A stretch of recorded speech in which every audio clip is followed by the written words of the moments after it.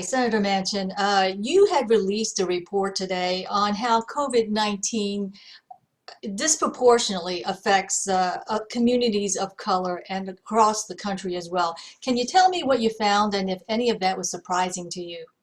Well, we've been hearing, and I've been talking to my colleagues in Washington, the senators, and those who have large African American and minority communities in their states or population base. We have a small population base of minority based here, African Americans, 3% or less. But we have in Kanawha and also in Berkeley County our largest communities. And but nationally and even in the state, we found out it is a higher percentage of those people affected. And basically just people who have financial challenges, don't have all the wherewithals, they don't have a regular doctor, family practitioner they go to. They have used for years. The emergency room is their first line of defense. So if you tell them, well, go get tested, well, you have to have an order from your doctor. They don't have a physician. So it just doesn't, the healthcare they have and the opportunity they have with healthcare is not on the same level as other people that do. So we have to be cognizant of that and conscious of that and sympathetic about that. So what we should be doing is basically bringing healthcare into those communities, making sure that we're testing them, making sure they're getting the quality of healthcare they need. And that's for us to being proactive. So I spoke to Dr. Clay Marsh. I've spoken to basically Jim Hoyer, General Jim Hoyer. And the National Guard can create a lot of opportunities for us. The state of West Virginia was sent $1.25 billion, and it's sitting in Treasury right now. They're waiting to see if they're going to be able to maneuver some of that to be able to use for the shortfall. I think they should be able. I wrote a piece of legislation now that says that 40% should be discretionary and can be used for annual budget shortfalls, just not for long-term debt. But now that leaves $700 million more for West Virginia. They could be using some of that money today to really build up and ramp up as far as helping communities, doing more testing, trying to get more PPEs, do everything they can, because they have the amount of money which was designated to be used for that, to help fight this COVID-19 pandemic in every nook and cranny of everyone's state. So I would encourage the governor and those to start using some of that money. We're trying to basically make sure that they're going to be able to use some of it for their own shortfall. But with that, there's still going to be plenty of money to be able to use to fight the pandemic in every society, every segment of society that we have. You mentioned you wrote legislation to have 40% of the funding go towards this. Is that already in it? It was part of the CARES. Part of rulemaking. The CARES Act came out, and then you saw the money was sent to West Virginia, and then then the state waited to see what the guidelines would be. Then you saw the guidelines come out a couple of weeks ago, and it did not allow them to use that money to fill in their budget shortfalls. So the state of West Virginia, I'm understanding, is between $300 and $400 million of the shortfall because of the coronavirus. But it basically specifically said they could not use it for budget shortfalls. I think they were talking about long-term, such as our retirement benefits, healthcare benefits that we pay to state workers, and all of that. They didn't want it used for that long-term obligations that we have. I don't think that they realized that the short-term responsibilities of all state governments, all communities, all counties who are responsible for first responders, protection as far as from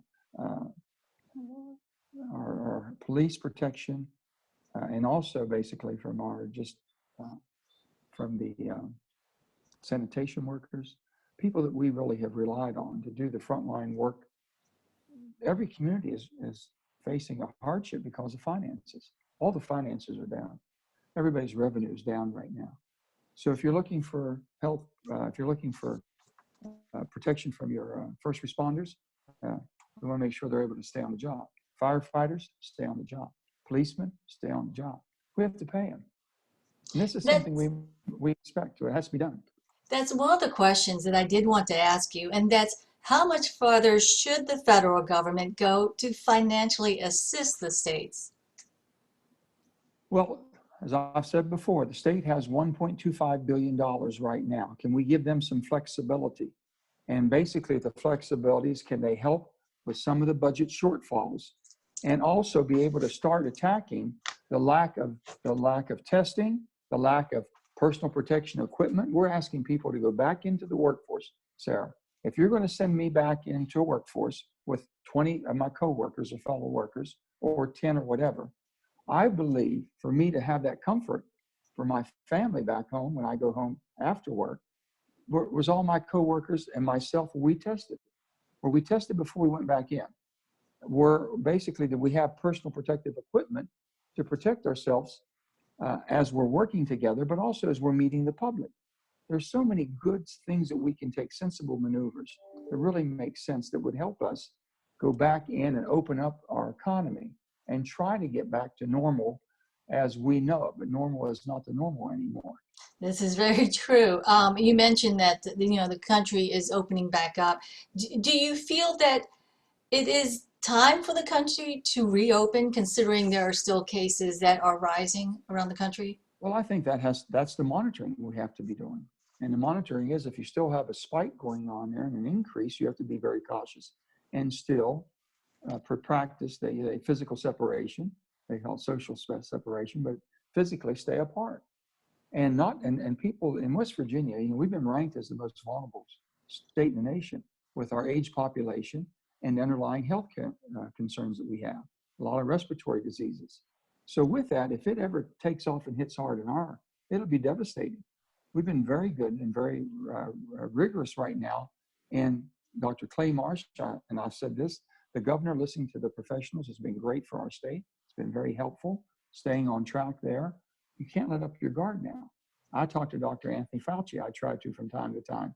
He's been quite enlightening. I talk to Clay Marsh quite frequently. These are people I have the highest respect for, because they're truly public servants and they truly care about the health and well-being of all of the citizens in this great country and our state. And they're still advocating, as we go back, you still have to practice. If you're vulnerable, if you have immune deficiencies, be very, very protected, be very vigilant, and have, still be very cautious of gatherings and going places. And we're not over this yet until we have a treatment or an antibody, and then really until we have a vaccine. It really gives you a good fighting chance, if you do contract it, that you're going to be able to overcome it. How And younger fast? people now are able to, more so than elderly people or people with respiratory diseases. I'm sorry. How fast do you think it will take for the country to return to normal? We're going. I mean, things are unfolding every day. But Yeah. Sir, I don't know what the new normal will be. I kept thinking about all the normals. I remember before 9/11, riding on an airplane, going to a terminal, and getting on an airplane was something I took for granted until after 9/11. And now I'm still traveling, but it's a new normal. It's not the old normal. So we're going to have to, I think, if anything, that might make us a little bit better at the end. Two things I think can happen out of this.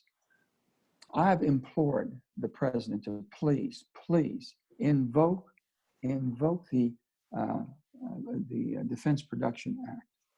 Invoke it with a vengeance on everything that we need. The testing.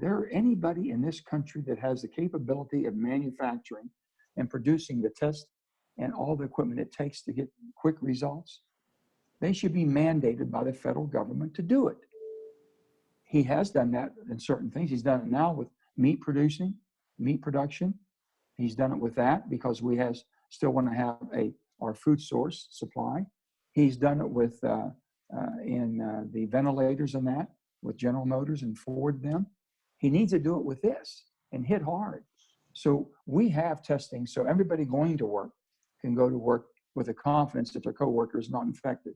And then if you do, we can test quickly to stop an outbreak if it spurs back up, because we don't know if it comes back again, if you contract it again. There's so much unknown about this virus. So those are the things that we need. There shouldn't be anybody without protective equipment. If you're working there, if you need a face shield, if you need a face mask, if you need gloves, if you need a gown, whatever you need, this country should be able to produce it for you. So the thing I said, the silver lining behind all this, we've allowed most of our manufacturing to go offshore because other countries, such as China, manipulated the prices, and they basically would offset the cost of trying to gather and this production manufacturing into their country. I understand their model, but what happened is we, for the almighty dollar, let companies go over, American companies, manufacture in different countries at lower rates without any type of oversight, if you will, and ship back into this market. This is a time for us. Two things. We need to have basically the raw materials and the products we can to defend ourselves militarily. And next of all, we better have all of the manufacturing capability for medical devices and pharmaceutical needs that we have for this country to keep us healthy. And those things should be manufactured in the United States of America. And we shouldn't rely on foreign countries for that type of support because they can shut us down at any time. You had mentioned a number of positive steps to combat this problem, but what do you think has been the biggest successes by government during this pandemic? Successes? Successes. What do you think has been the biggest successes by government? Well, I mean, it's taught us how to network a little differently than we've ever done before. Look what we're doing now. We're still working, you and I, and we're doing this in a new technology. There's going to be a new way. The new normal might be a lot of more telework at home, and different places such as that. It won't be commuting in. It won't be, I think it showed that we can do it, and we can get back to an economy, and hopefully a robust, healthy economy. We won't get back as quick as we shut down. People have to realize that. So it's going to be a long year. It'll be a long year for us, and it'll be abnormal, things that we're missing, whether it be sporting events, social events, gatherings, such as that. But it'll be a learning curve, and I think from that it's taught us how to continue to work, to live, to socialize in a different way than we ever did before. I think also in our restaurants will be much more astute to the cleanliness that we're going to all demand. We're going to demand it as customers. We're going to be inspecting and looking and seeing which restaurants we want to go to. What places do we want to socialize in? What places do we want to support if they're doing things that we think is in more of a healthier environment? So I think it's going to change our buying habits, our shopping habits, our entertainment habits. It'll change everything. And it'll make all of those people who are business owners more cognizant of what they need to do to attract us as customers. Also, bringing manufacturing back to America will be good. The things I just talked about. So I think there's a lot of pluses that can come out of this. The government reacted quickly. We jumped in. We passed 3 bills immediately before we left in March. And then we came back and passed one that we call 3.5 just recently, the $470 billion. We did that by unanimous consent. This is not a time for politics, Sarah. It can't be, well, I don't like that because that person's a Democrat or Republican. No, if you don't like something because it doesn't make sense, talk about that. If you have a better idea, give it to us. And we're reaching out, and my STAR staff, I think all of us, my colleagues and all of them are working hard, and their staffs are too. But we're all in this together, as people say. It's not going to hit one side or the other. It's getting all of us. It's true.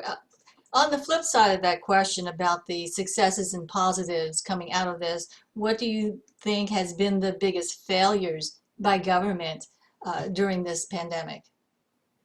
Well, from the federal level, the federal government's responsible for looking down the road years ahead. There's people, but that's all they do in Washington, and that had been kind of lax the last 2 or 3 years. People that should be looking at, okay, this scenario, and they're looking at different types of cultures around the world of what can happen, what can come. How do you isolate it? How do you control it? How do you prevent the spread? Everyone missed this one. We missed this one, and we all missed it horribly. And history will put the blame wherever the blame will fall. But I think from that standpoint, putting the blame anywhere today doesn't fix the problem. But there has been a lapse of vigilance, if you will. And with that, we had a worldwide pandemic that we haven't seen in the last century. So it tells you that this is going to be something that we know that can basically bring this world to its knees. And definitely it can bring any country to its knees. So whoever's best prepared, let's look at the states that came back quicker, what they did, being proactive. Let's look at the countries that basically weren't as affected as other countries and what they did. You know, you can learn from the things that you didn't do and you can blame yourself, or you can learn from basic other people that did something that didn't have the same effect that we had in America or in parts of other states. We've been very lucky in West Virginia. First of all, socially distancing ourselves, we're pretty much a rural state, so we don't have any large congregation. We don't have a million population or 500,000 in any one place. So that was a plus for us beginning. And on top of that, I think we paid attention. At first, it started out a little bit slow. The president was slow coming out of the box. Everybody, because no one knew. This was something, oh, that can't be true. That's something you read about. Science fiction. Well, it was. And then everybody kicked in. But West Virginia kicked in, and they stayed. They shut down, I think, from the schools. You know, we just don't know. Can you think of all the little kids? How are you going to have social separation? So I agree that the schools should be closed down this year. And I believe that we should get our act together and make sure as we open up next year to get back to more of a normal, that we have the schools more prepared, that we have the children more educated, that they know coming in a sanitation that we're going to expect from everybody. I think hopefully it'll make a better West Virginia. Last question for you. Do you think the nation is prepared for a second wave of coronavirus? Absolutely not. We're trying to figure out the first one. And we don't know if that second will come, how it will come. I've got people still calling me today. How can I get a test? I've got people calling me and says, I can't afford the test. Well, let me tell you, the test should be free. There's no cost for a test. The test should be free. Well, they tell me that I have to have a doctor. I don't have a doctor. I've never had a doctor, okay? They're telling me, they said, listen, you understand, you know, some of us are challenged and we don't have the luxury of having health care. We don't have the luxury. Now we do with the Affordable Care Act. We get more access to, that was the purpose of that, having more people, poorer people that never had access to health care before. So this is not something that they're accustomed to. So we've got to make sure that if we're having that with our first wave and we haven't fixed that, they're telling me the second wave could come as early as fall. If there's a second wave, I don't know. I can just pass on what I hear. Are we prepared for it? No, we're not. But we have to ramp up. So I implore the President of the United States, please, Mr. President, absolutely enforce the Defense Production Act. Make the things that we have shortages of now, make the manufacturers in the United States, the money that we're putting out into the economy now, trillions of dollars, surely to goodness we can dispense X amount of dollars to make sure that we're ramping up those manufacturers so that they can be prepared, that we can be prepared to fight off the next pandemic or the next virus if it does resurge. All right, Senator Manchin, we have a lot of ways to go here in finding our way out of it. Thank you so much for talking with us today. Well, I hope it helps some. I just hope people, only thing I would tell everyone, if you have any needs that you have, that your concerns that you have, if you have someone that you need help and you don't have a family, dial 211. United Way 211 line is wonderful. It's a lifeline. It helps people. We know to dial 911 in case of emergency. I'm encouraging you to dial 211 as a lifeline in case of need, that we can help you. But you must stay healthy. You must stay safe. You must adhere to the CDC. So the CDC guidelines, you know, the washing of your hands, basically the protection of yourself. Adhere to that for quite some time now. Don't just let it, okay, we'll go back to work. No, it's not going that easy. And you make sure you're protected. And if you're not protected, you call my office. You let us know that you need protection, that you need PPE, you need basically a mask, and you need gloves, you need whatever. We'll fight for you, make sure it happens. And if you need a vaccine, if you need a test and you can't get it and you're feeling bad, call my office also. We'll find a test for you. Senator Manchin, thank you very much.